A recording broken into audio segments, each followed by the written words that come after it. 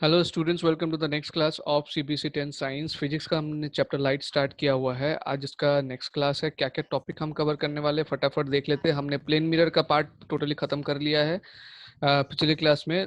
Reflection of light from curve surfaces that is spherical mirrors, इसका आज हम start करने वाले हैं। इससे रिलेटेड कुछ टर्म्स आज के क्लास में मैं आपको डेफिनेशन दूंगा और वो टर्म्स को समझाऊंगा, like centre of curvature, radius of curvature, what is pole, principal axis of spherical mirror, ठीक है, principal axis of spherical mirror, ये सारे टर्म्स के बारे में मैं आप लोगों को आज समझाऊंगा, ठीक है। तो reflection of light from curved surface spherical mirror. तो स्फेरिकल मिरर एक्चुअली क्या होता है, प्लेन मिरर किस तरीके का होता है ये हमने देखा। प्लेन मिरर किस तरीके का होता है, एक स्ट्रेट आपका एक लाइन होगा और इसके पीछे क्या रहेगा, पॉलिश रहेगा। दिस इज प्लेन मिरर, इसका सरफेस क्या है, प्लेन है ना। आज ये क्लास में हम लोग पढ़ने वाले क्या है, स्फेरिकल मिरर के बारे में, ठीक है।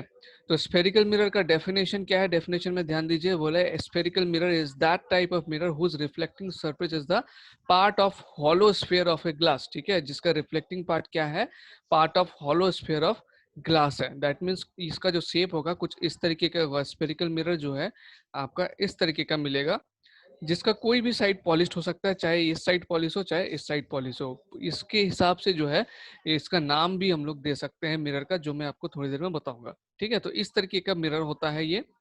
क्या बोला है इसमें, देखिए, spherical mirror is that of a mirror whose reflecting surface is the part of hollow sphere of glass। तो इसका जो रिफ्लेक्टिंग सरफेस है, चाहे अगर मैं इस साइड में पॉलिश कर देता हूँ तो रिफ्लेक्टिंग सरफेस कौन सा बन जाता है, ये बन जाता है रिफ्लेक्टिंग सरफेस। तो इसका जो रिफ्लेक्टिंग सरफेस है ये क्या बोला है, it's part of a hollow sphere. तो देखिए इसको अगर कंप्लीट करेंगे ना इस तरीके से, तो ये एक्चुअली क्या मिलेगा आपको, एक स्फीयर मिलेगा। तो इस हॉलो स्फीयर का ये पार्ट है ये मिरर। तो यही कहा जा रहा है कि spherical mirror is the type of mirror whose reflecting surface is part of hollow sphere. अब रिफ्लेक्टिंग सरफेस अगर मैं इस साइड में पॉलिश कर देता हूँ, ये जो अंदर की तरफ घुसा हुआ है, इस साइड में अगर पॉलिश पॉलिश कर देता हूँ तो जो रिफ्लेक्टिंग सरफेस है ये हो जाएगा। इन और इस समय भी अगर आप इसको कंप्लीट इस तरह से बना लेते हैं तो ये क्या हो जाएगा, एक स्फीयर आपको मिलेगा। और ये केबल क्या है, स्फीयर का एक पार्ट है। इसीलिए इसका डेफिनेशन क्या बोला, spherical mirror is that type of mirror whose reflecting surface is the part of hollow surface of glass. ध्यान रखना, ठीक है। Now, a spherical mirror can either converge or diverge the parallel beam of light. Parallel में sorry, जो हमने plane mirror में क्या देखा था कि ये पैरेलल बीम ऑफ लाइट, मान लीजिए ये दो पैरेलल लाइट है, ये रिफ्लेक्शन होने के बाद भी क्या रहेगा, पैरेलल ही रहेगा, है ना। लेकिन स्फेरिकल मिरर में क्या होगा, पैरेलल बीम ऑफ लाइट या तो कॉन्वर्ज हो जाएंगे, मतलब एक दूसरे के करीब आ जाएंगे, या तो डाइवर्ज हो जाएंगे, यानी कि एक दूसरे से दूर चले जाएंगे। जैसे कि ये टाइप ऑफ स्फेरिकल मिरर है जिसमें क्या होगा, जो रेज होगा वो कॉन्वर्ज होगा, एक दूसरे के नजदीक आएंगे, ठीक है। पैरेलल रेज जो है एक दूसरे के नजदीक आएंगे इस तरीके से। और ये जो टाइप ऑफ मिरर है इसमें क्या होगा, रेज डाइवर्ज होंगे, ठीक है, ऐसे करके ये ऐसे डाइवर्ज हो रहे हैं, इधर से आ रहे हैं एंड इधर की तरफ जा रहे हैं, एक दूसरे से दूर जाना। कॉन्वर्ज मीन्स पास आना एंड डाइवर्ज मीन्स दूर जाना। तो स्फेरिकल मिरर में या तो कॉन्वर्ज होगा आफ्टर रिफ्लेक्शन, या तो क्या होगा, डाइवर्ज होगा आफ्टर रिफ्लेक्शन, ठीक है। Now spherical mirror are of two types, one is concave mirror and another one is convex mirror, ठीक है।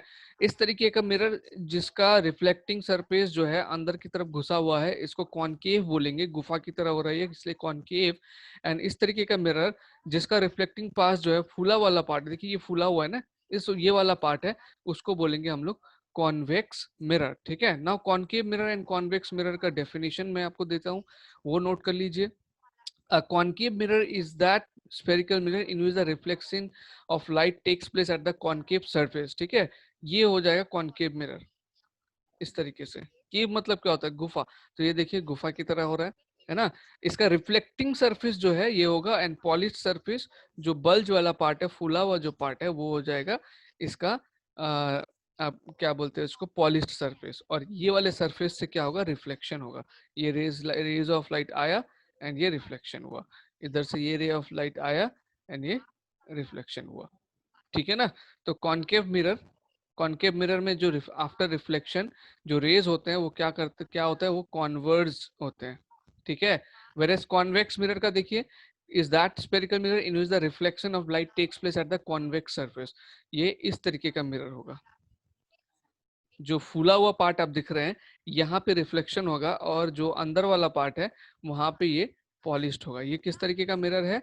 ये है कॉन्वेक्स मिरर। इसमें रेज ऑफ लाइट पड़ेगा तो ये डाइवर्ज होगा, ठीक है, पास में नहीं आएगा। ये इंसिडेंट रे, ये रिफ्लेक्टेड रे। एक और रे ले लेते हैं, इस तरीके से इधर ये रिफ्लेक्ट हो जाएगा, ठीक है। तो कॉनकेव मिरर, कॉन्वेक्स मिरर, यहाँ पर बच्चे कंफ्यूज हो जाते हैं। कंफ्यूज नहीं होना। केव देखो इसमें ही आपको पूरा छुपा हुआ है ट्रिक इसका याद रखने का। केव मतलब होता है गुफा, है ना। तो जो गुफा की तरफ है इस तरह, तो ये वाला सरफेस हो जाता है हमारा कॉनकेव मिरर, ये रिफ्लेक्टिंग सरफेस है। कॉन्वेक्स में कौन सा वाला रिफ्लेक्टिंग होगा? जो फूला हुआ पार्ट है वो हो जाएगा रिफ्लेक्टिंग पार्ट, ठीक है। ये concave mirror and convex mirror, जो two types of spherical mirror है, उसका डेफिनेशन हो गया है। नाउ एक एक करके हम इसका इंपॉर्टेंट पार्ट्स के बारे में समझेंगे, इंपॉर्टेंट टर्म्स के बारे में समझेंगे। सबसे पहला है centre of curvature. Definition note कर लीजिए, क्या बोला है? Centre of curvature of spherical mirror is the centre of hollow sphere of glass of is the mirror is part, ठीक है। बोला है जिस स्फेयर का मिरर पार्ट हो रहा है उसका जो सेंटर होगा, जैसे स्फेयर जो होता है, स्फेयर अगर आप ड्रॉ करेंगे, जैसे फुटबॉल एक स्फेयर हो गया, तो स्फेयर का कोई ना कोई सेंटर तो होगा ना, फुटबॉल का कोई ना कोई सेंटर तो होगा। उसी तरीके से जो हमारा मिरर है, मान लेते हैं मिरर जो है, फिर से मैं बनाता हूँ इसको।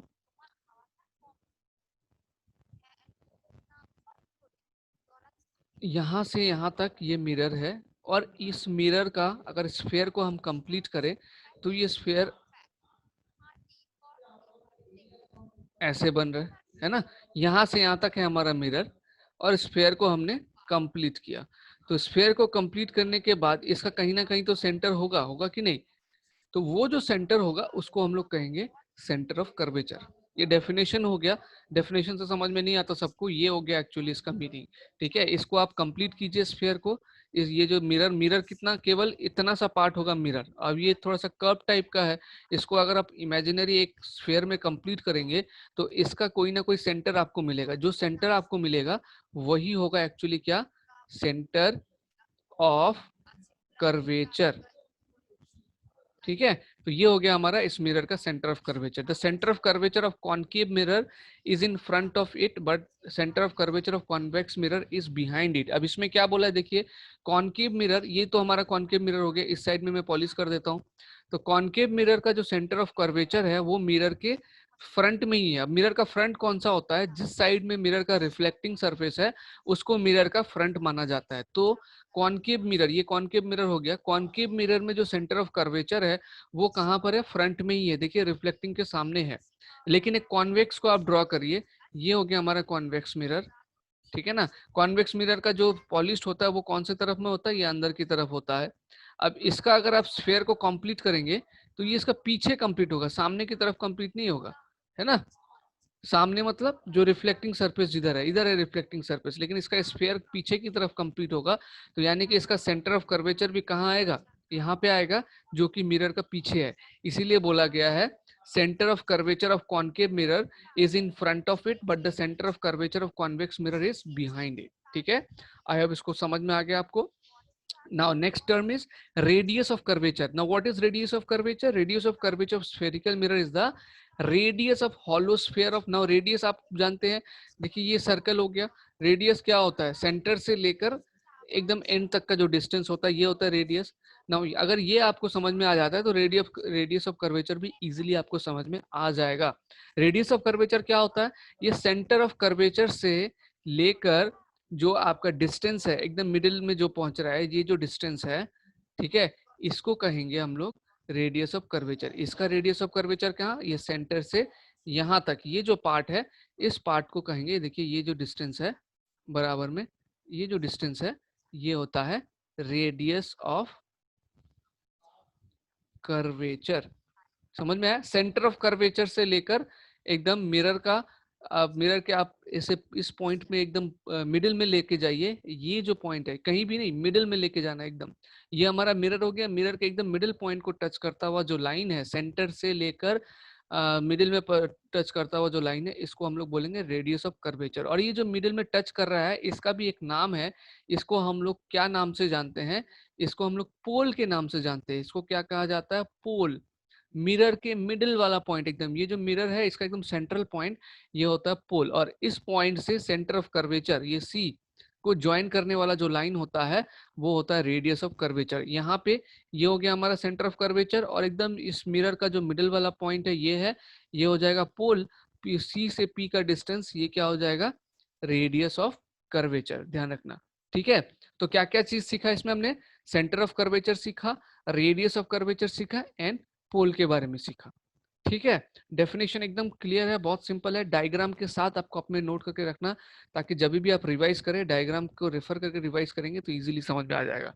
Now next come principal axis. चलिए एक स्फेरिकल मिरर मैं यहाँ पे बना लेता हूँ, कॉनकेव को ही बना लेता हूँ मैं। ये हो गया हमारा कॉनकेव मिरर, इसका ये वाला हिस्सा जो है पॉलिश्ड है पीछे वाला।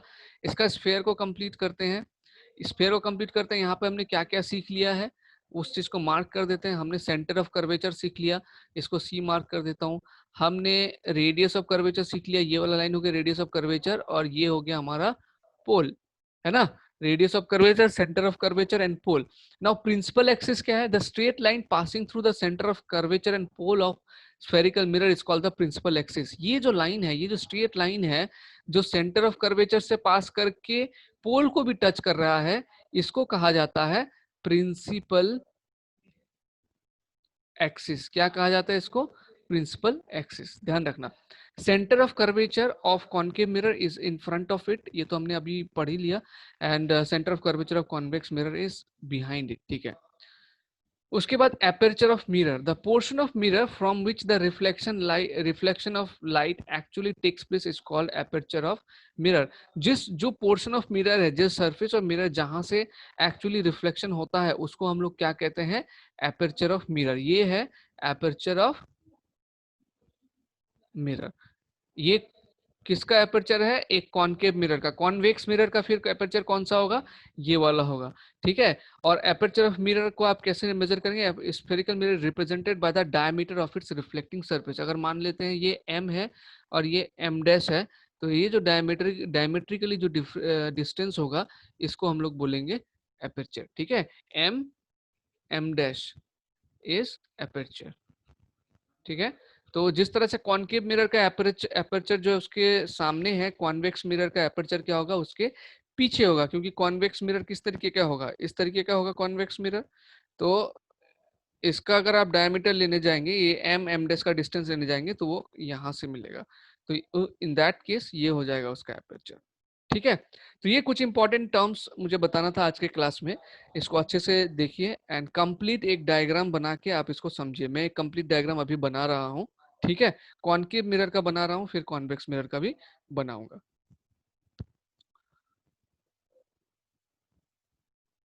ये मेरा हो गया